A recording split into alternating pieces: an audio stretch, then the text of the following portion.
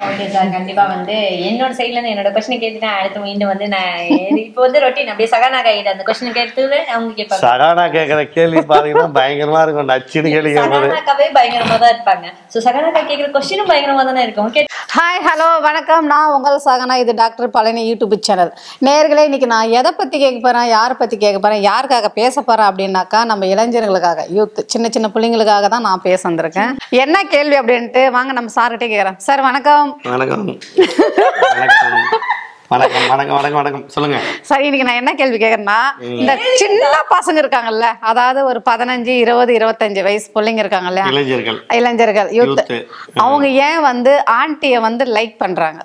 Sir வந்து இந்த மாதிரி நிறைய பொண்ணுங்களை பிடிக்கிறது இல்ல, ஆன்டிஸ் தான். ஆமா, யாரு பார்த்தாலும் சரி ஆன்ட்டி தான் வேணும், ஆன்ட்டி தான் வேணுன்றாங்க. அப்படி என்னடா இருக்குது ஆன்ட்டி கிட்ட? இல்ல நான் கேக்குறேன் அந்த கேள்வி. ஆன்ட்டி கிட்ட அப்படி என்னதான் இருக்குது?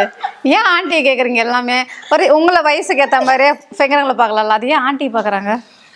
ஆன்ட்டி பாக்குறதுக்கு நீங்க என்ன இப்படி பாக்குறீங்க? கேள்வி வித்தியாசமா இருக்குது.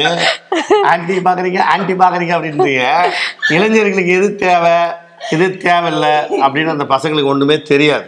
தெரியாம எப்படி பாக்குறாங்க? ஏன்னா செக்ஸ் என்பது 5 நிமிஷம் யோசிக்காம செய்யற விஷயத்தால் ஆபத்துலாம் விளையுது. சரி, நிறைய பேர் குற்ற தண்டனைக்கே அடிமையாகிறானுங்க. குற்ற தண்டனைக்கே அப்படின்னா குற்ற தண்டனை தப்பு பண்ண, அதாவது ஒரு தப்பு பண்ணக்கூடாது அப்படின்னு ரூல்ஸ் இருக்கு. அதை மீறி பண்ணிட்டு அது பேர் என்ன? குற்றம். குற்றம்.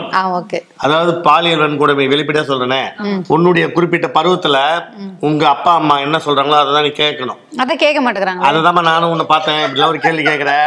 இளைஞர் ஒருத்தர் யூடியூப் பாக்குறான்.